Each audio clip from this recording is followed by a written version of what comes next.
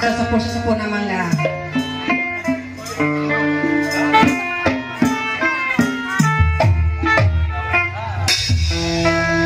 Hormati mama kasih kang paling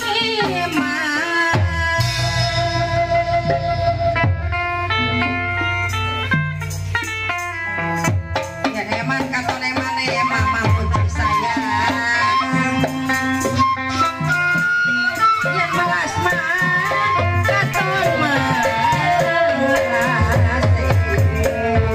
baca lali masalah ibuku aja lali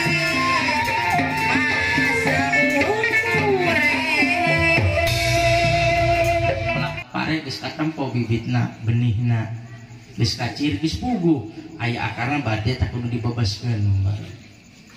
Pernah melak cau katompo badegolna puguh gede aya berarti eta nu kudu ditanam sok melak sampe Mang Baron kumaha nyirianana pan sarua cirina buku eta pengalaman kuring ada Mang Baron ke tahun 80-an kupun bang. Bicara soal pertanian itu adalah sebuah kebudayaan. Seperti yang tadi sama Pak Lurah udah dikemukakan bahwa dia belajar bertani di aki apa di bapak? Di aki, nepi ka bapana, nepi ka ayeuna, ka Pak Lurah. Itu buat saya itu adalah sebuah kebudayaan dan itu warisan kebudayaan. Karena termasuk saya juga sekarang sedang melakukan program, kita di Kirikmuyu bikin program pertanian terpadu, Pak dan Ramil, Ibuku. Ya, probiotik. Karena kalau ditaburin di situ itu banyak yang ada cacingnya, itu kan penyubur tanah. Kalau saya mungkin bukan narasumber ya Pak. Kalau bidang pertanian tadi kita udah dengar banyak informasi yang memang betul-betul bermanfaat. Tadi satu poin, ada beberapa poin. Poin pertama ketika Kang Baron itu menyampaikan jerami jangan dibakar. Wah, ini poin penting sekali buat masyarakat. Kalau pengalaman saya tidak punya pengalaman di bidang pertanian. Mohon maaf. Iya betul. Di Jakarta justru banyaknya polusi. Terus kebetulan saya juga dibesarkan di sebuah rumah yang sangat mungil. Jadi untuk halaman rumah pun tidak terlalu luas untuk di Jakarta. Jadi hanya beberapa tanaman, tapi memang ketika kita menanam sesuatu yang bermanfaat, alhamdulillah ada hasilnya. Mungkin nanti sekilas saya cerita itu.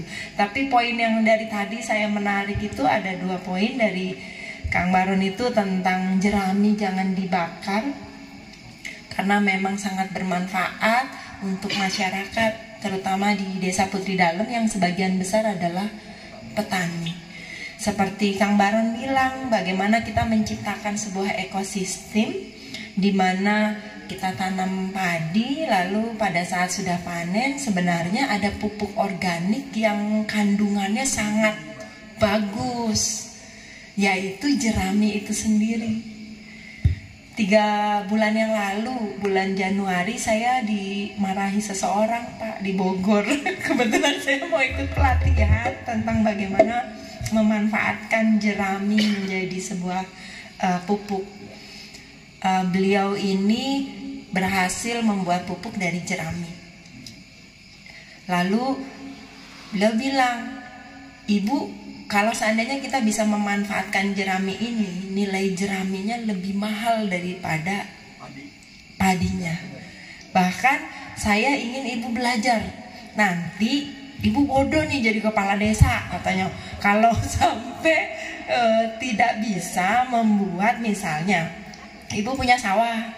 Nah, ketika ibu nyawah, nanti gabahnya bagikan ke masyarakat. Yang ibu jual jeraminya." Waduh, saya melongo gitu.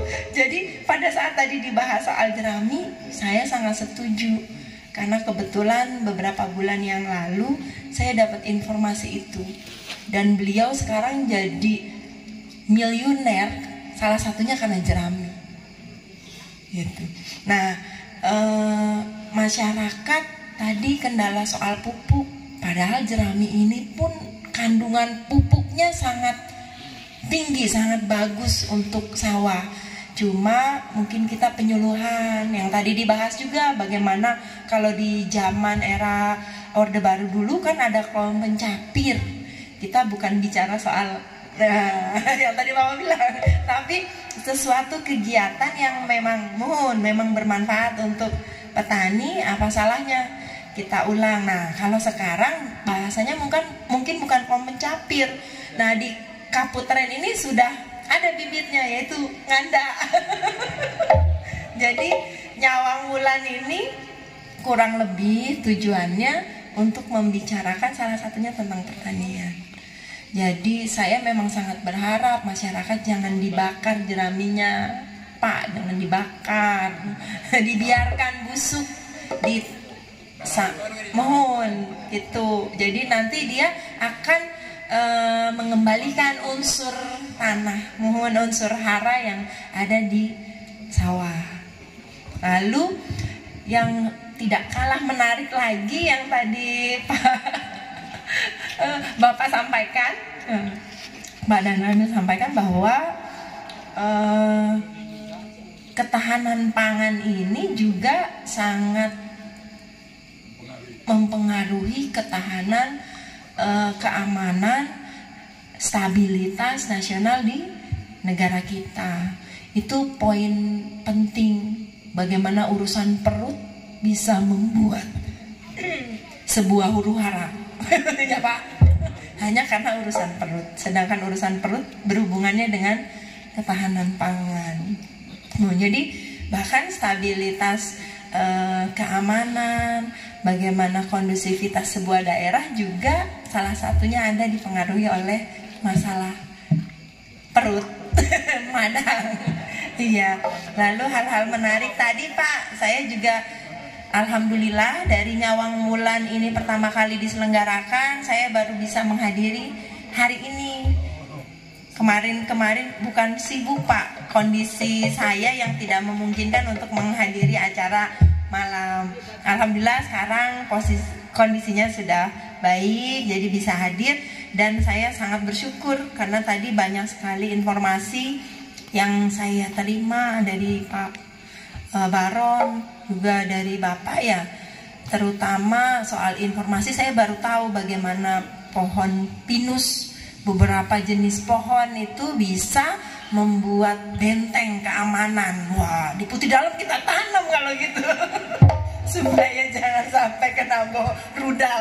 Siapa tahu nanti nyasar dari Rusia ke sini. Pinggir jalan tuh, sepanjang jalan. Iya. Berarti ketika kita mau menanam sesuatu, selain ada filosofi, kalau di daerah ya Pak, kadang-kadang tanaman itu yang mengandung filosofi yang ingin ditanam, tapi juga salah satunya yang fungsional. Mungkin itu tadi yang saya bilang, bahwa saya lahir di desa ini, tadi Pak Kadus bilang, tapi usia 4 tahun saya sudah dibawa ke Cibubur. Di sana saya dibesarkan di sebuah rumah yang kecil, yang halamannya tidak terlalu luas. Tapi ibu saya mengajarkan saya menanam beberapa pohon. Salah satunya pohon nangka, kelihatannya sepele.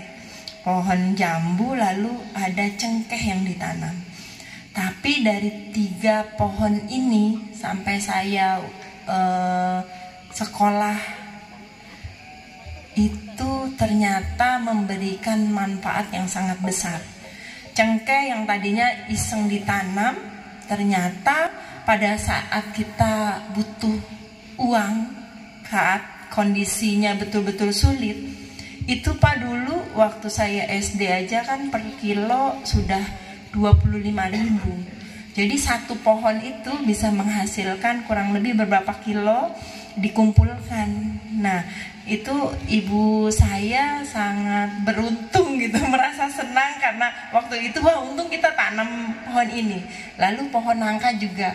Jadi kalau buat kami yang tinggal di Jakarta dengan kondisi rumah yang kecil, hidup sederhana, ternyata seperti pohon nangka saja yang buahnya bisa 41 pohon itu sangat membantu sekali. Alhamdulillah. Paling pengalamannya cuma itu Pak. Ya hanya itu yang bisa saya sampaikan.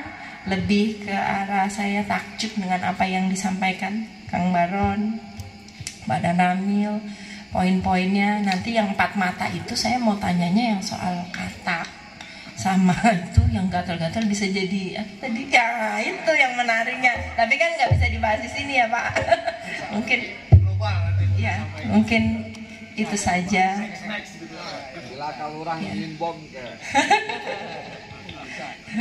Pak Lurah, saya acungi jempol dengan rekan-rekan semuanya yang selalu menyelenggarakan acara-acara seperti ini yang manfaatnya sangat banyak sekali. Terima kasih sekali lagi. Semoga kita semua selalu dalam kondisi sehat. Amin. Assalamualaikum warahmatullahi wabarakatuh.